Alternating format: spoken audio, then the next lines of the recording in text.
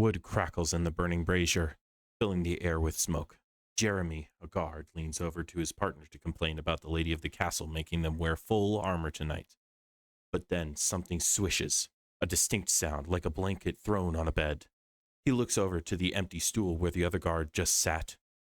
George? Then Jeremy hears the clattering thunk of a body in chainmail hitting the ground at the bottom of the castle wall. He grabs his spear and looks around, left and right, peering into the flickering shadows created by the fire. The guard hears it first, a rustling cloth right above him. Jeremy swings the spear straight up, and it stops in his hand, halted by a parrying sword. The remaining guard swings the back end around, hoping to catch the assailant, but feels it only hit cloth. Jeremy's opponent falls into the light and lets out a loud squeak. He recognizes the sound and grits his teeth. Against a duelist as skilled as the lady's own son, there's only one choice: a pure, brutal charge. Nothing but strength and force will stop this man.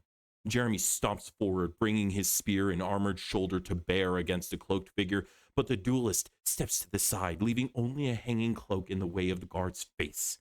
Then poor Jeremy feels the thin dueling blade slide right between the rings of his chainmail, through his throat, out the back of his neck. The world goes black as he's yanked over the side of the castle.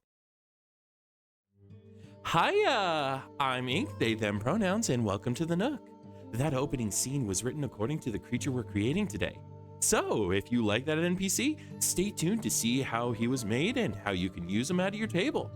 This is a series I call Dungeon Deck, where we make strange creatures and NPCs for tabletop RPGs, including a creature card with art, stats, ability names, and core phrases. Now, with that all out of the way, let's get started. As always, we begin with the art prompts. So here we draw 7 cards and select 4 to use for our monster. This time we have a bat ear, a horn, long hair, a wig, putty with eyes all over it, a gigantic stinger, and a cape. Now, this was the 3rd drawing of the day, and I was really tuned into what I liked at this point, so pretty quickly an awesome image popped into my mind.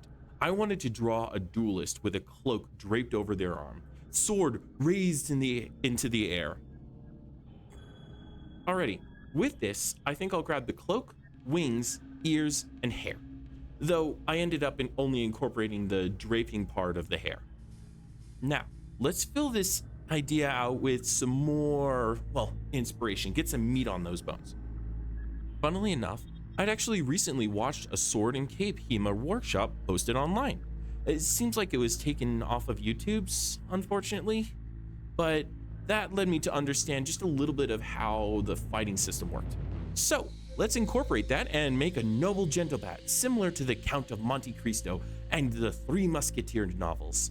That era where noble blood was just beginning to thin, but their pride was on full display. Perfect time for a duelist employing a cloak and rapier style. On top of that, bat people have always been intertwined with this era and style of nobility by way of vampires. So let's pull that into this style. And with those 3 inspirations, I think we have a start to the portrait of our creature. Next up is the lore.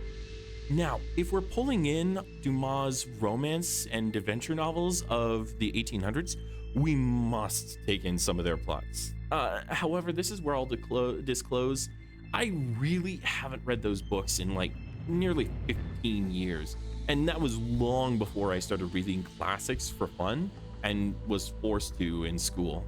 So I'll be going off of the summaries for these novels as inspiration. But beyond that, let's make an abridged version of our own novel for this dashing gentleman.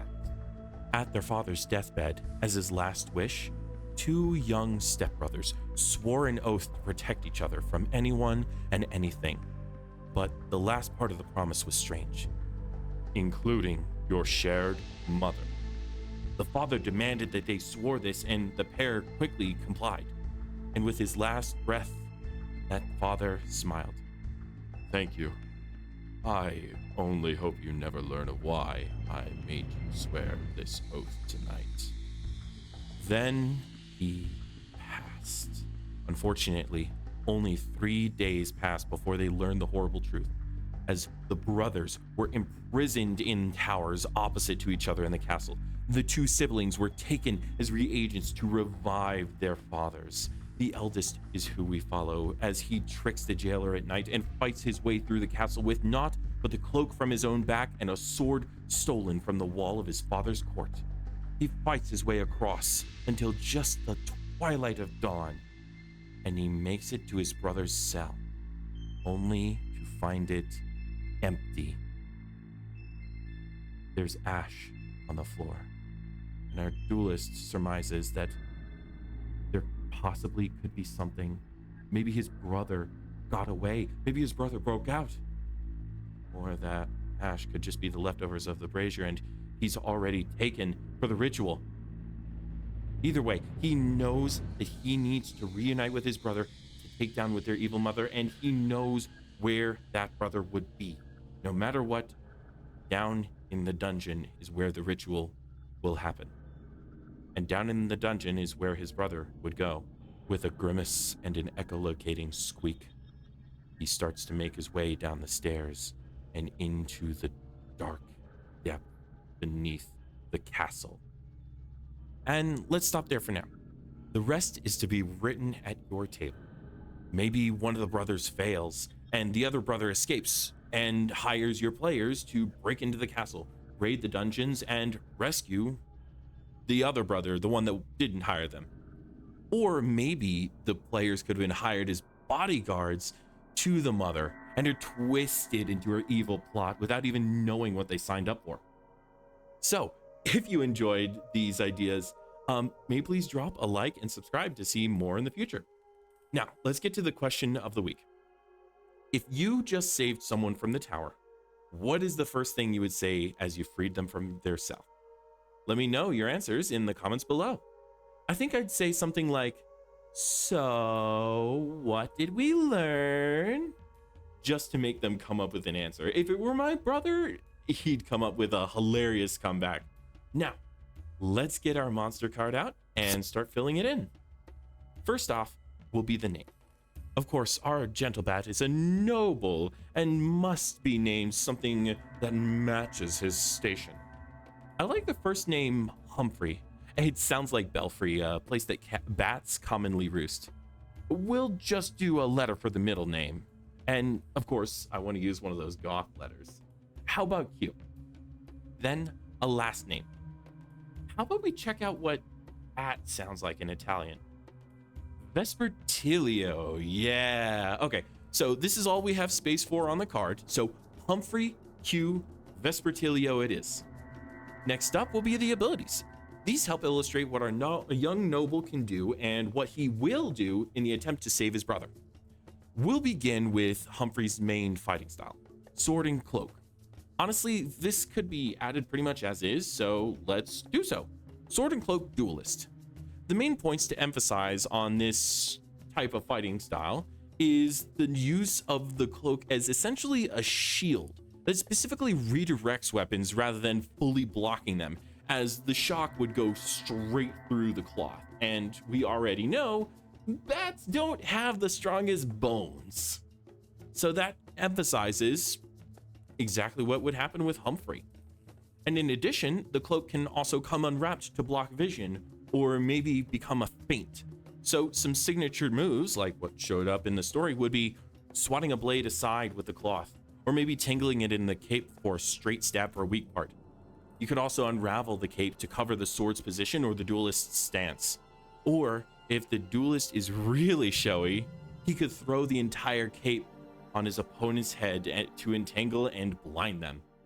Honestly, I think Humphrey would do the last one more often than he should. Overall, it's a fun fighting style that I highly recommend folks look up with some sparring sessions. Though the ones that I've seen on YouTube tend to throw around their capes a little bit too often. Again, having a lot of fun with the style. But yeah. Next up, let's toss in the bat wings and flight capabilities of our duelist. It'd be a shame to not make use of Humphrey's wings, so let's put them in as something like Winged Boost. Simple enough to work. I think that I'd like to emphasize the idea that Humphrey isn't the best flyer, so he's only good enough at like doing a big jump and short glides to boost himself around. I mean, maybe he can fly, but that would make it really trivial to just fly over to his brother's cell and break him out. Although I suppose a creative DM could figure out some ideas. I don't know. Let me know what you'd do. Finally, let's go for the echolocation. I think that this is the other huge weapon that lets Humphrey be such a good duelist. Beyond the free night vision, the fact that he can see with both his eyes and his ears allows him to get a fuller perspective on his opponent's stance and movements. Maybe the echolocation allows him to see weak points better, or maybe look quote unquote through certain materials to find the bigger figure behind. That would mean that against another cloak duelist, he would be able to just see through all the feints. Maybe on top of that, it would allow for a 360-degree view around him or maybe of his opponent. Again, have fun with it. Make this guy like Zorro with superpowers. That's the main effect. So, looking at these abilities as a whole, it paints the portrait of a young nobleman who has dedicated his life to dueling and mastering his combative abilities. Maybe he was one of those young folk who loved the sport so much he made a living of it. And if your players face off against him, oh boy, would this turn into a wild boss fight, all about perception and figuring out how to nail down this slippery duelist while keeping yourselves safe from whatever feints and guards that he might be able to break. No wonder he took down half a castle guard's staff. Now we have the stats. We'll be using the D&D 5th edition stat spread, but the numbers will refer to the modifiers instead of the stats themselves. Strength. This wouldn't be too much of a boost for him. Humphrey is not a man who wins by force or brutish tactics, instead by grace and skill. 0. Constitution. A healthy boy, but, well, actually much less than that. Humphrey's wings are extremely vulnerable, and his thin limbs are much easier to break than a human's. -1. Dexterity. This is where the Gentlebat excels. He's skilled with both pen and sword and will cut his foes down with either. Intelligence. A well-educated noble, but one who does not pay much attention to his studies. 1. Wisdom. With his echolocation, natural perceptiveness, and general understanding of how people work, Humphrey gets a high score here. Though it makes one wonder, what made him unable to foresee his mother's intentions? Could there be maybe another secret in play? You decide. 4 points here. Charisma. Now, here's Humphrey's other specialty. While all nobles must excel at letter writing, manners, instruments, and wedded repartee, the young Gentlebat took to this like a fish to water, leading him to be the envy, enemy, and sought suitor to many in his father's court. Overall, these stats show how well adapted Humphrey is to noble life. It is supremely unfortunate that he had to become a dashing, swashbuckling duelist dedicated to save his poor brother and turn his blade justly upon his wicked mother. Oh, what a terrible scenario this poor boy has been thrust into. But I suppose he must adapt, and oh no, if it gets much worse, there might be a young prince, princess, or non-binary child of a monarch locked in those dungeons that he must save and share a romantic moonlit moment with before this story is done. Oh, what a travesty, what a ruination of this boy's life.